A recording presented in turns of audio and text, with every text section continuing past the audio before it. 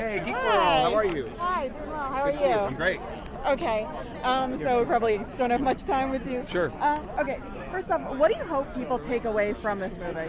I think the greatest thing that people take away from Comic-Con Episode 4 of Fans Hope is the realization that there's a little geek in all of us. You know, that people who have been to Comic-Con and know why they love it will be reminded why they love it. People who have never been will finally kind of get the chance because this movie is the next best thing to being there. And people who say, oh, those weirdos, what are they doing? They're going to watch the film and they're going to be like, oh my God, I'm kind of one of those weirdos.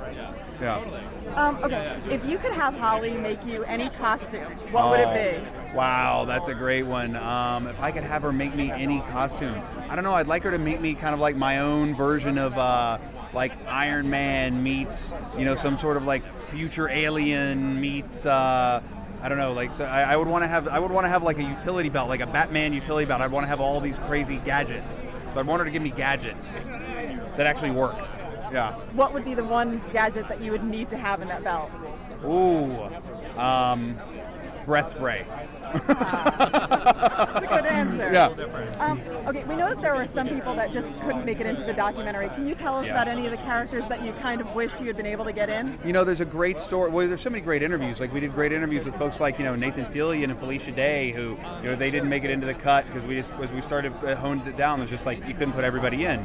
We did an interview with Jerry Robinson, the guy who created the Joker, who ended up passing away while we were in post.